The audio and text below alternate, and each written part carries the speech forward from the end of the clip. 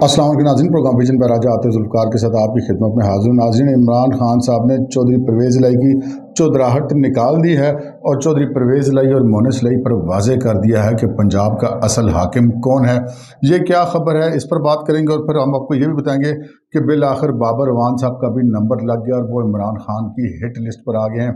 ये सारा क्या मामला है, ये भी आपको आगाह करेंगे और फिर आपको बताएंगे कि असद उमर ने एक पटिशन फाइल की है जिसके मुताबिक कौमी असम्बली से जो 125 अरकान ने इस्तीफ़े दिए हैं तहरीक इंसाफ के, वो इस्तीफ़े मंजूर किए जाएँ। असल कहानी क्या है, सियासत हो रही है, मुनाफकत हो रही है, अदालत क्या कर सकती है, इस पर बात करेंगे।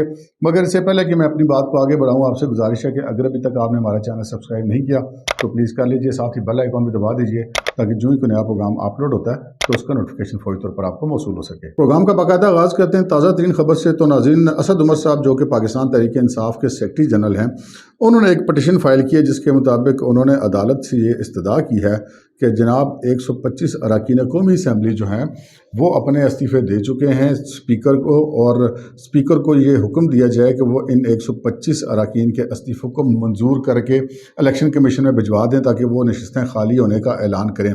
अब यहाँ पे बहुत सारे सवालात खड़े हो जाते हैं कि क्या असद उमर ने ये जो कुछ भी किया है क्या अपनी पार्टी पॉलिसी की लाइन से अलग किया है? तो ऐसा बिल्कुल नहीं है, क्योंकि वो पार्टी के सेक्रेटरी जनरल है और सबसे ज़िम्मेदार आदमी और सबसे मुतहरक और फ़ाल आदमी अगर देखा जाए तो किसी भी जमात में जो है वो मरकज़ी सेक्रेटरी जनरल होता है। असद उमर साहब ने यकीनन ऐसा नहीं किया होगा, लेकिन देखना ये है कि क्या ये जो बता रहे हैं, जो दिखा रहे हैं, जो कौम को दिखाना चाह रहे हैं, क्या ये दुरुस्त है या नहीं है। तो अर्ज़ ये है जनाब कि इन्होंने जब असम्बली से इस्तीफ़ों का ऐलान किया था तो उसके बाद कुछ एक प्रोसीजर होता है जिसको अडॉप्ट करना ज़रूरी होता है असम्बली से इस्तीफ़े देने के लिए। वो ये होता है कि हाथ से लिखा हुआ इस्तीफ़ा जो है वो स्पीकर को पेश किया जाए, उसको दिया जाए किसी भी रुकन की तरफ से। तो ये जितने इस्तीफ़े दिए गए ये हाथ से नहीं लिखे हुए थे, ये टाइप शुदा इस्तीफ़े थे और खाली नाम और हल्का नंबर और नीचे दस्तखत का जो फ़र्क था, बाकी सबका मजमून एक ही था।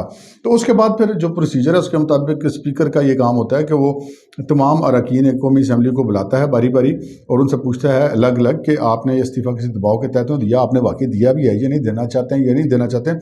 उसके बाद वो उस इस्तीफ़े की मंजूरी का ऐलान करता है। लेकिन वो सेम 2014 की तरह जब उस वक्त भी पाकिस्तान तहरीक इंसाफ ने इस्तीफ़े दिए थे, जब स्पीकर सरदार रियाज सादिक उनको बुलाते थे तो वो अलग अलग आने से इनकार कर देते थे, तो कहते जी हम इकट्ठे मिले हमसे।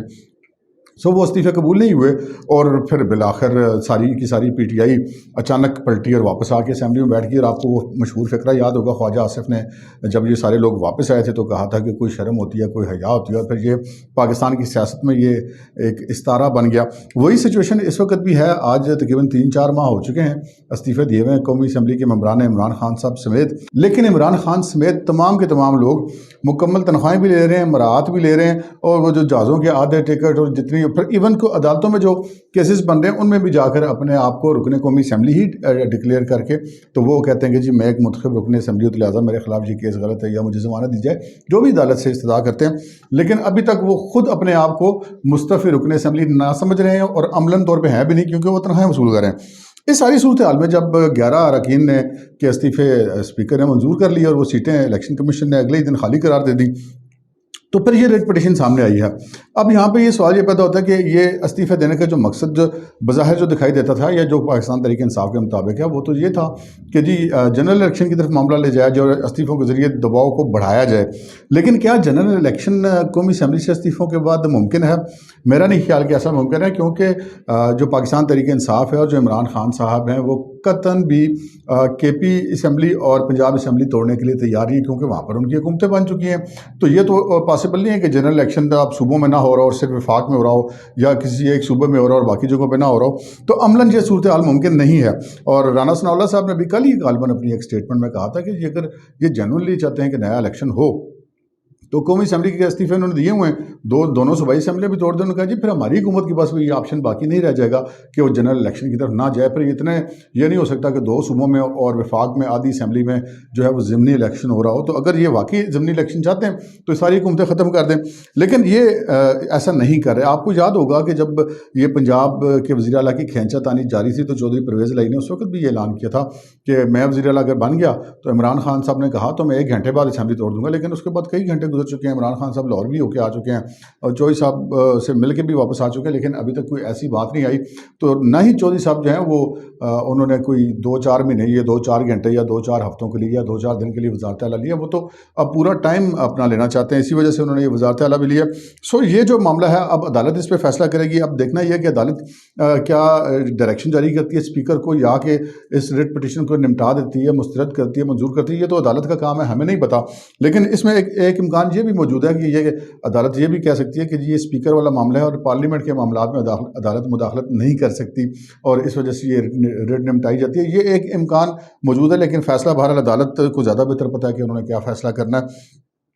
आगे बढ़ते हैं अपनी दूसरी स्टोरी की तरफ। जनाब इमरान खान साहब ने जनाब चौधरी परवेज़ इलाही की चौधराहट निकाल कर, ओ भाई जी चौधरी परवेज़ इलाही की चौधराहट, वो क्या हुआ जी? चौधरी साहब आपको पता है बड़े ज़बरदस्त किस्म के सियासतदान है, डिप्टी प्राइम मिनिस्टर रहे मुल्क के, पंजाब के वज़ीर आला वो पहले भी रहे हैं, अभी भी वो उम्मीदवार थे और वो हमजा शहबाज को उन्होंने वज़ीर आला बनने से रोकने के लिए सारा कुछ किया, बंदे बुलाए, लड़ाइयाँ हुई, झगड़े हुए, फिर हमजा बन गया, फिर 2 दफ़ा हमजा शहबाज शरीफ बने, फिर अदालत के हुक्म पर चौधरी परवेज़ इलाही वज़ीर आला डिक्लेयर हो गए। लेकिन ये खुशी वैसे चौधरी साहब की कल जो है वो निकाल दी इमरान खान साहब ने। वो कैसे निकाल दी? अब चौधरी परवेज़ इलाही जो वज़ीर आला बने हैं उनके पास अपने तो वोट हैं 10, बाकी तमाम वोट तो उनके पास जो है वो 176 जो है वो तो पाकिस्तान तहरीक इंसाफ के हैं।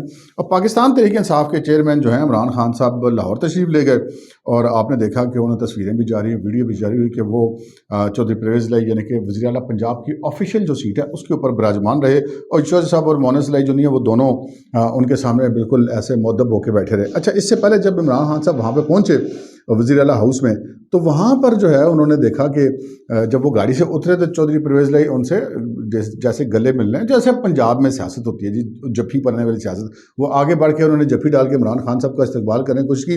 तो इमरान खान साहब ने एक हाथ में तो वो कागजात उठाए हुए थे और दूसरे हाथ से उन्होंने बस ऐसे ऐसे करके हाथ में ला दिए। चौधरी साहब जो नहीं है वो अपना सा मुँह लेकर वो कहते हैं ना कि वो रह गए।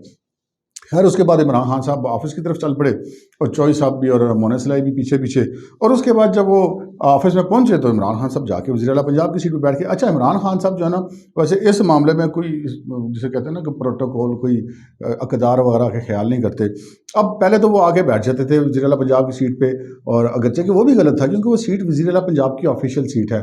वहाँ पर जब वो बैठा करते थे, जब साईं उस्मान बुज़दार वज़ीर आला थे, तो चले आप कह सकते थे कि जी वो प्राइम मिनिस्टर है, बड़ा ओहदा है तो सीट पर बैठ गया है। अगरचे कि ये भी कानूनन या अखलाकन दुरुस्त नहीं है कि वज़ीर आज़म जाके वज़ीर आला की सीट पर बैठ जाए, लेकिन बहरहाल उनकी पार्टी का वज़ीर आला था, वो बैठ गए। फिर वो उनकी उस्मान बुज़दार साहब की अपनी पार्टी का चेयरमैन भी थे।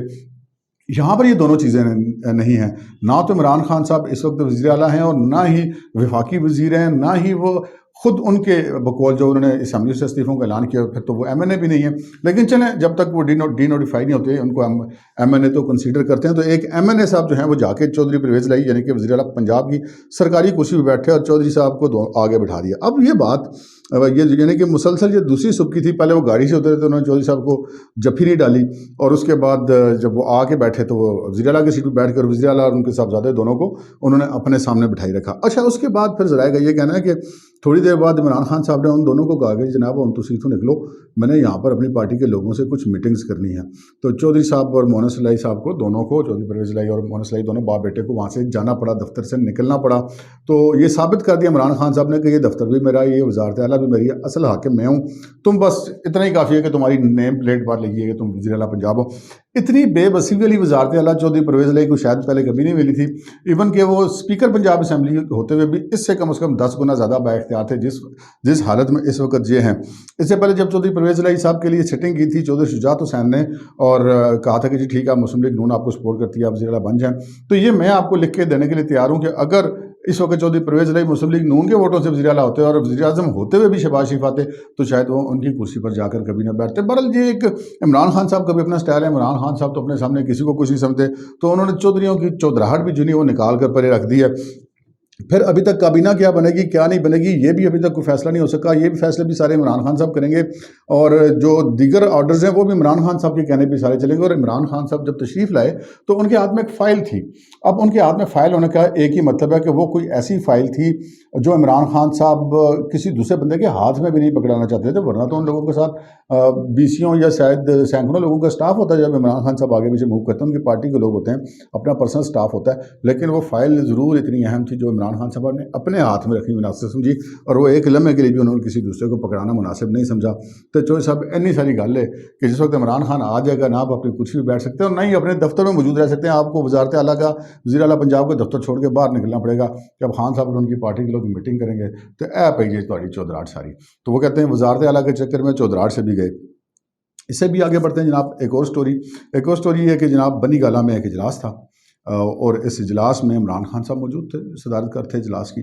तो वहाँ पर जो पाकिस्तान तहरीक इंसाफ के वकला हैं वो वहाँ पर मौजूद थे। तो वहाँ पर एक नौजवान वकील जिसका नाम लेना मुनासिब नहीं है, उसने उठ के इमरान खान साहब से कहा कि जनाब खान साहब एक बात मैं आपसे पूछना चाहता हूँ। उन्होंने पूछा, पूछो जनाब। तो उसने कहा कि जी आपके ख़िलाफ़ जो FIRs हैं वो 17 हैं, 17 मुकदमे आपके ख़िलाफ़ दर्ज हैं, जबकि आपकी जो ज़मानत है वो 16 मुकदमों में है। तो गिरफ्तारी तो एक भी मुकदमे में हो सकती है, तो इसकी क्या वजह है कि आपके ख़िलाफ़ जो 17 मुकदमे और आपने 16 में ज़मानत करवाई है और एक में नहीं करवाई? तो खान साहब ने कहा यार मुझे तो इस बात का नहीं पता कि ऐसा क्यों हुआ, ये तो मेरे वकील को पता होगा, बाबर वान साहब को पता होगा। तो बाबर वान साहब को बुलाया गया जी, बाबर वान साहब वहाँ पहुँचे और जब बाबर वान साहब से ये पूछा गया कि जनाब ये 16 आपने मुकदमात में ज़मानत करवाई है, 17वें मुकदमे में क्यों नहीं ज़मानत कराई? तो बाबर वान साहब ने कहा कि जी मुझे तो पता ही 16 मुकदमों का है, मुझे अगर 17 का पता था तो मैं 17 में ज़मानत करा देता। लेकिन इतनी देर में यानी वो काम डल चुका था, काम ऐसे डल चुका था कि खान साहब का मूड ऑफ हो चुका था, ख़राब हो चुका था। उन्होंने बाबर वान साहब को कहा कि जी तुसी हुण मेरे केस ना लड़ो, अब मेरे केस ये मेरे दूसरे वकील लड़ेंगे। सो इमरान खान साहब ने बाबर वान साहब को एक ज़बानी हिदायत मुबैना तौर पर यह जारी की है कि जनाब अब आपका मेरे मुकदमों से कोई लेना देना नहीं है, तुसी तो मन मनवाण लगे सो। मतलब इसका मफहूम यह कि तुसी तो मन मरवाण लगे सो, किसी भी वक्त में गिरफ्तार हो जाए तो पता चलता कि जिस मुकदमे में मैं गिरफ्तार हूँ उसमें तो मेरी ज़मानत नहीं हुई। सो बाबर वान साहब को उन्होंने करा दिए साइड। इमरान खान साहब ने वैसे भी सारी ज़िंदगी लोगों को साइडें कराई। जो भी इमरान खान साहब के करीब आया, उनके क्या क्रिकेट कैरियर में और क्या उनके सियासी कैरियर में जो भी उनके करीब आया, बिल आखिर तो फिर वो कहते थे खटिया खा के ही गया ना। ये नहीं हो सकता कि वो खान साहब के इंतहाई करीब कोई शख्स रहा और वो फिर वो बाद में खोटे लाना लगा। और सो बाकी जहाँ लोगों के नंबर लगते रहे और लोग देखते रहे कि अब ये जा रहा है, अब वो जा रहा है, वो जा रहा है, लो जी बाबर वान साहब को भी नंबर लग गया। लेकिन फिलहाल बाबर वान साहब जो हैं वो बेमज़ा होने के मूड में नहीं है। उनको भी पता है कि अभी फ़िलहाल उनका भी जो है वो पाकिस्तान तहरीक इंसाफ के अलावा और कोई चांस नहीं लग सकता। सो वो रहेंगे और ये भी मुमकिन है कि वो जब उन मुकदमात की तारीखें हों तो बाबर वान साहब आज खुद कार्रवाई करते हुए वहाँ पे मौके पे पहुँच जाएँ और वहाँ पे जाकर अदालत में पेश हो जाएँ। और फिर बाबर वान एक सीनियर वकील हैं जो पाकिस्तान तहरीक इंसाफ के अगर कोई जूनियर वकील होंगे अदब एहतराम में पीछे हट जाते हैं। लेकिन खान साहब ने बाबर वान साहब की छुट्टी करा दी है। देखते हैं अब आगे आने वाली सूरत हाल में क्या होता है। अब तक के लिए इतना ही, इजाज़त दीजिए, अल्लाह हाफ़िज़।